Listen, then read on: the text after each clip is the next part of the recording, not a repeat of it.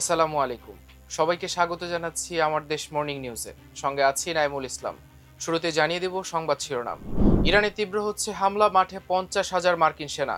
ভারতের পারমাণবিক স্থাপনার স্পর্শকাতর তথ্য ডার্ক ওয়েবে ফাঁস। শেখ হাসিনাকে ফেরত পাঠানোর বিষয়ে খতিয়ে দেখছে দিল্লি। যুক্তরাষ্ট্রের দুটি রাডার স্থাপনা ধ্বংসের দাবি ইরানের। মধ্যপ্রাচ্যে যুক্তরাষ্ট্রের সবচেয়ে বড় বিমান ঘাঁটিতে হামলা ইরানের। দর্শক শুনছিলেন শিরোনাম, এবার জানিয়ে দিচ্ছি বিস্তারিত। মার্কিন সামরিক বাহিনী টানা সপ্তম রাতের মতো ইরানের বিভিন্ন লক্ষ্যবস্তুতে হামলা চালিয়েছে। এ তথ্য নিশ্চিত করেছে যুক্তরাষ্ট্রের সেন্ট্রাল কমান্ড সেন্টকম। বাহিনীটির বরাতে শনিবার সকালে আল জাজিরা এ খবর প্রকাশ করেছে।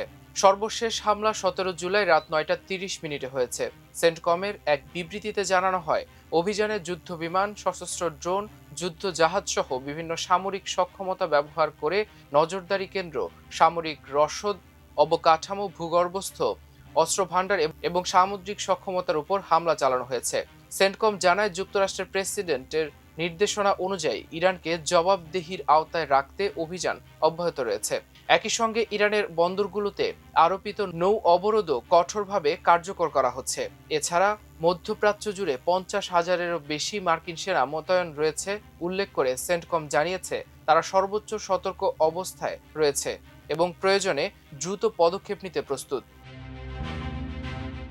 ভারতের বৃহৎ শিল্পগোষ্ঠী রিলায়েন্সের একটি সার্ভার থেকে ফাঁস হওয়া তথ্যের মধ্যে দেশের বৃহত্তম পরমাণু বিদ্যুৎ কেন্দ্র কুদানকুলাম সম্পর্কিত তথ্য রয়েছে বলে দাবি করেছে বার্তা সংস্থা রয়টার্স। এ অভিযোগের পর নিজেদের অবস্থান স্পষ্ট করেছে nuclear power corporation of India বা এনপিসিআইএল।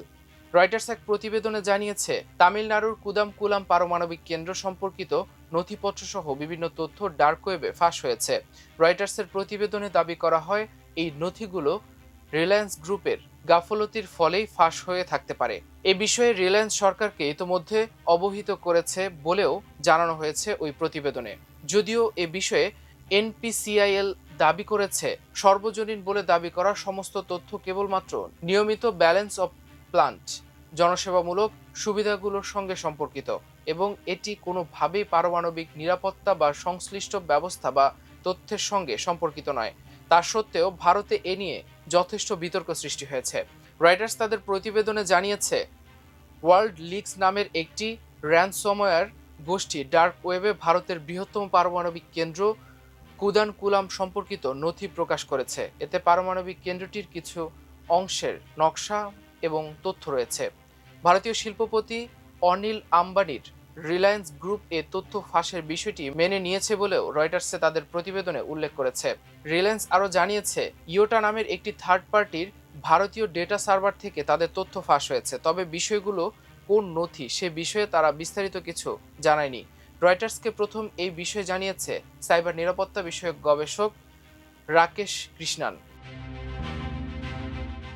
ছাত্র জনতার গণ অভ্যুত্থানে ক্ষমতাচ্যুত সাবেক প্রধানমন্ত্রী শেখ হাসিনাকে দেশে ফেরত পাঠানোর প্রসঙ্গে ভারতের পররাষ্ট্র মন্ত্রণালয়ের নিয়মিত ব্রিফিংয়ে উঠে এসেছে।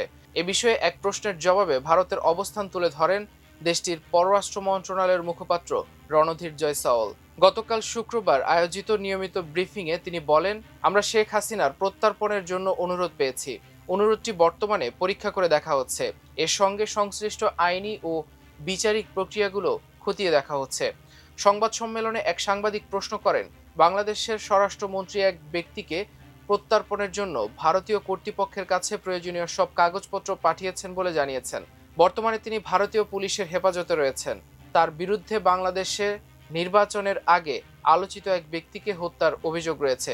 এ বিষয়ে রণধীর জয়সওয়াল বলেন, অন্য একজন ব্যক্তির প্রত্যর্পণ সংক্রান্ত অনুরোধের বিষয়ে আমি এখনো নিশ্চিত করে কিছু বলতে পারছি না। তিনি আরও বলেন, যে কোনো প্রত্যর্পণের অনুরোধই আইনি ও বিচারিক প্রক্রিয়ার মাধ্যমেই বিবেচনা করা হয়। এর আগে শেখ হাসিনাকে ফেরত পাঠানোর বিষয়ে রণধীর জয়সওয়াল বলেন, এ বিষয়ে আমাদের অবস্থানে কোনো পরিবর্তন আসেনি। যে কোনো প্রত্যর্পণ একটি আইনি বিষয়, এক্ষেত্রেও আইন অনুযায়ী ব্যবস্থা নেওয়া হবে। গণ অভ্যুত্থানের মুখে 2024 সালের 5 আগস্ট দেশ ছেড়ে ভারতে যান শেখ হাসিনা। এরপর থেকে তিনি ভারতেই অবস্থান করছেন। তার বর্তমান অবস্থান দেশটির রাজধানী নয়াদিল্লিতে। ওমানের ঘানিম অঞ্চলে অবস্থিত একটি মার্কিন বিমান নিয়ন্ত্রণ রাডার এবং হরমুজ প্রণালীর একটি পাথুরে এলাকায় স্থাপিত মার্কিন সামুদ্রিক নজরদারির রাডার ধ্বংসের দাবি করেছে ইরানের Islamic Revolutionary Guard Corps IRGC. এক বিবৃতিতে আইআরজিসি জানায়, চলমান সামরিক অভিযানের ১৩তম ধাপে এই হামলা পরিচালনা করা হয়েছে। তারা বলেছে, প্রতিশোধমূলক এই অভিযান দৃঢ়তার সঙ্গে অব্যাহত থাকবে। বিবৃতিতে আরও দাবি করা হয়, বিশ্বের অন্যতম গুরুত্বপূর্ণ নৌপথ হরমুজ প্রণালীর উপর এখনও তাদের নৌবাহিনীর পূর্ণ নিয়ন্ত্রণ রয়েছে। এদিকে ইরানের আধা সরকারি বার্তা সংস্থা তাসনিম নিউজ জানিয়েছে, সিরিয়ায় আল তানফে অবস্থিত যুক্তরাষ্ট্রের বিশেষ অভিযান বাহিনী স্পেশাল অপারেশনস কমান্ড সেন্টারের ওপরও হামলা চালিয়েছে আইআরজিসি। ইরান শহর এলাকায় ইরানি সেনা সদস্যদের হত্যার প্রতিশোধ হিসেবেই এই হামলা চালানো হয়েছে। একই সঙ্গে সংস্থাটি সতর্ক করে বলেছে, যুক্তরাষ্ট্র যদি ইরানের উপর নতুন করে হামলা অব্যাহত রাখে তাহলে হরমুজ প্রণালী দিয়ে কোনো তেল বা গ্যাস রপ্তানি করতে দেওয়া হবে না। তাদের দাবি, এই কৌশলগত জলপথের নিয়ন্ত্রণ এখনো ইরানের হাতেই রয়েছে।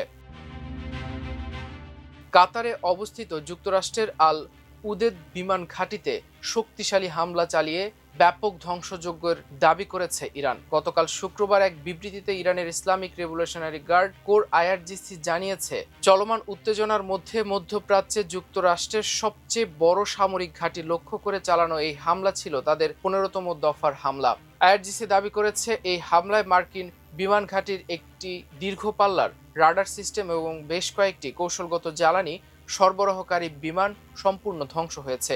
ইরান হুঁশিয়ারি দিয়ে বলেছে, যুক্তরাষ্ট্র এবং যেসব দেশ তাদের ঘাঁটি ব্যবহারের সুযোগ দিচ্ছে, তারা যদি রেডলাইন অতিক্রম করে সাধারণ মানুষ ও বেসামরিক স্থাপনায় হামলা চালায় তবে তাদের চরম খেসারত দিতে হবে। তেহরান আরও জানায়, মার্কিন সামরিক তৎপরতা বন্ধ না হলে ইরান এমন সব কঠোর ও ধ্বংসাত্মক পাল্টা জবাব দেওয়ার প্রস্তুতি নিয়ে রেখেছে যা ইতিহাসের পাতায় লেখা থাকবে। কাতারের কর্তৃপক্ষ এখন পর্যন্ত ইরানের এই দাবির বিষয়ে কোনো মন্তব্য করেনি, তবে কুয়েত, জর্ডান ও বাহরাইন জানিয়েছে তারা ইরানের ছোড়া বেশ কিছু মিসাইল ও ড্রোন প্রতিহত করেছে। কাতার জানিয়েছে তাদের সশস্ত্র বাহিনী আকাশ পথে আসা হামলা প্রতিহত করেছে, তবে এতে ধ্বংসাবশেষের আঘাতে একটি শিশু আহত হয়েছে।